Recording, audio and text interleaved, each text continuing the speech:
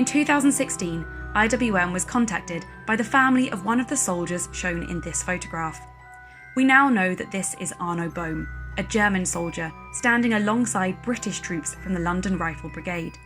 They're standing together in the middle of no man's land during the Christmas Truce of 1914. This photograph captures a moment so unusual in the First World War that many people at the time, and to this day, believed it to be a myth. In the midst of a brutal, total war, how did this momentary peace come about? What impact did it have in the course of the First World War? And why did it never happen again?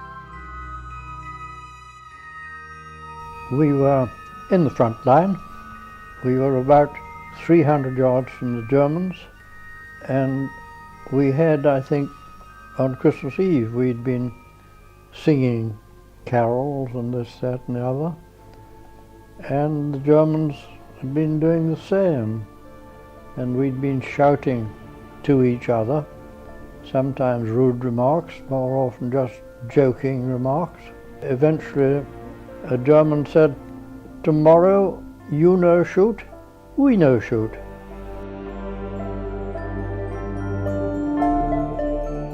At the start of the war, many believed it would all be over by Christmas.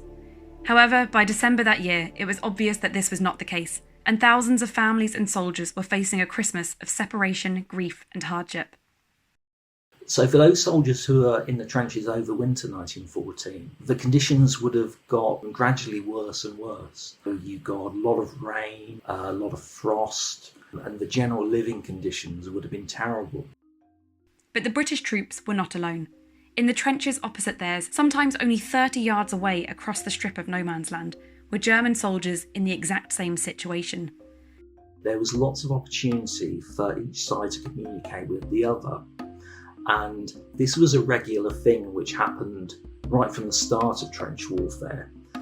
But communication would often be in the form of soldiers from one side shouting over insults to those in the other trenches. But what was interesting at Christmas is that both sides actually started to communicate in more friendly terms. It really began with the Germans singing Christmas carols and setting up Christmas trees on top of their parapets. And so they came to very much empathise with one another. I remember very well Christmas.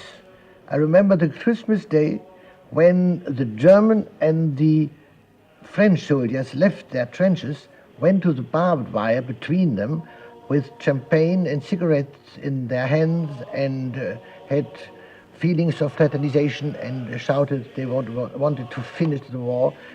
And that lasted only 2 days, 1.5 really, and then strict order came that no fraternization was allowed, and we had to stay back in our trenches.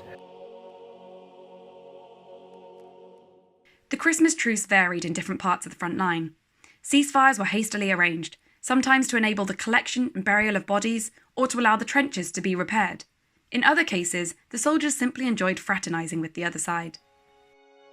And we shared fags, goodies with the Germans. And then from somewhere, somehow, this football appeared. Was it a proper football? It was a proper football. But we didn't form a team. It wasn't a team game in any sense of the word. You know, it was a kickabout. Everybody was having a go. It came from their side.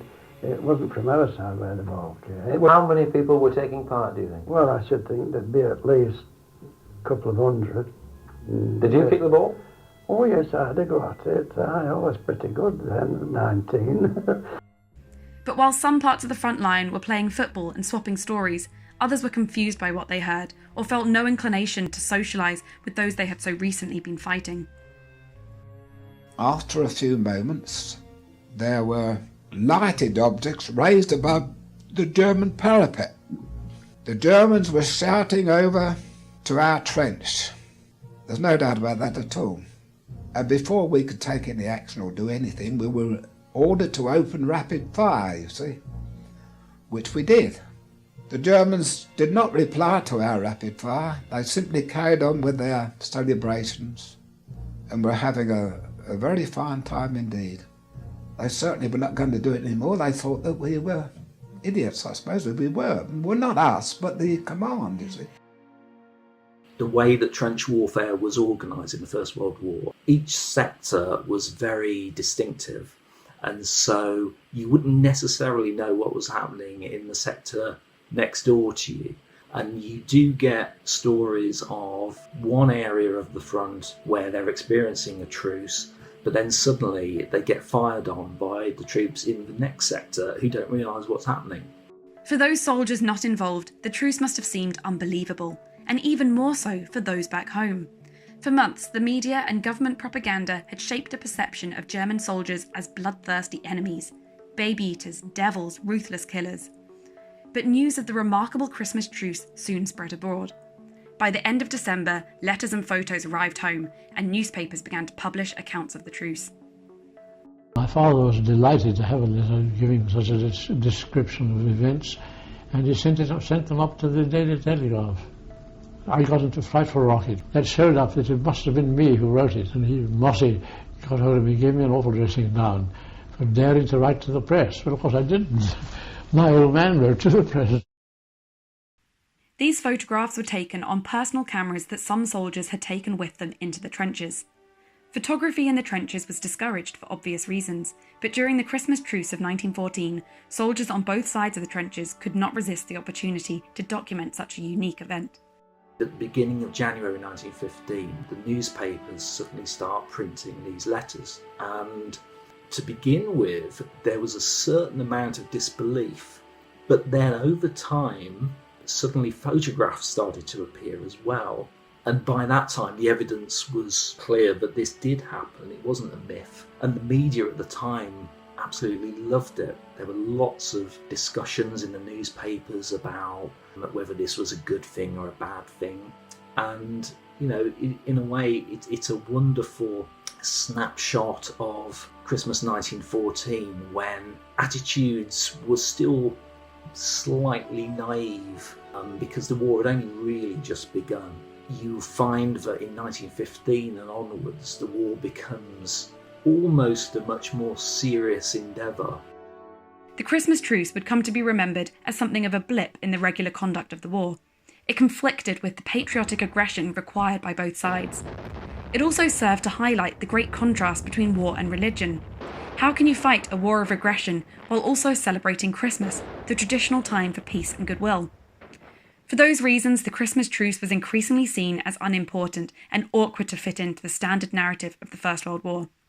You never get anything like the Christmas Truce happening again. And over time, not only is it seen as an anomaly, but almost as a myth. And it gets to the point where people are actually doubting whether it happened in the first place, which continues, right up to this day. So there's still a lot of confusion about whether there was a football match played and things like this. We didn't cross to France until March of 1915, but although it would be arrogant to say that the thing didn't actually take place, I very much doubt whether anything of the nature or magnitude that has been claimed for it took place at all.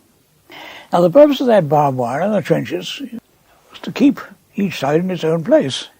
Therefore, why would anybody try to break that? And if anybody tried, what were the NCOs doing? What were the officers doing? I think the whole thing borders on the fairy tale and may be classed with the Russians with snow on their boots and the angels of Mons. We know by looking at German newspapers that the Christmas Truce was covered there in a very similar way to how it was in Britain. In the 1920s and the 1930s, you see definite examples of how the Christmas Truce changes in its depiction because there was a much greater emphasis then on the German soldier as a hero fighting a noble war, whereas the Christmas Truce conflicts with that to a degree. So in Germany in particular, the Christmas Truce goes out of favour definitely in the 20s and 30s, whereas in Britain it continues to be the popular celebrated story as part of the First World War. The letters and photographs that reached home in Britain confirmed that this remarkable event had indeed taken place, but it was one that was not to be repeated. The Christmas Truce was unique and nothing like it happened again to that scale. And the reasons for this are varied. Immediately after the truce, the high command of both sides stepped in to make sure that fraternization and ceasefires like this would not happen in the same way. But also, in the long term, the real reason that truces like this didn't happen is that the war changed in the way in which it was being fought. As the war progressed, there's a more centralised method of command. Those in the front line would have been forced into constant aggression. You would have had artillery and trench mortar units constantly going. And also, of course, as the war progressed, it took a far nastier turn. So you get things like gas warfare introduced, an increasing number of civilian casualties. You also get incidents like the sinking of the Lusitania. The temptation, I suppose, to empathise with the enemy and the desire to fraternise with them changed dramatically from 1915 onwards. It can be argued that the Christmas Truce made little difference to the course of the First World War, but it would be remembered as a crucial moment in history. The truce has featured in films, television programmes, inspired songs, and even featured in adverts. It's become part of the symbolism used when discussing the First World War, as synonymous with that conflict as poppies, mud, and war poets.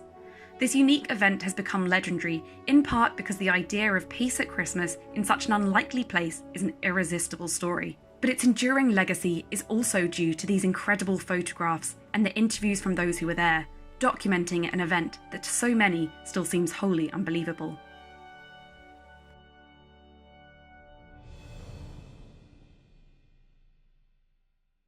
Thanks for watching. Don't forget to hit the button to subscribe to IWM's YouTube channel for more videos like this and much more.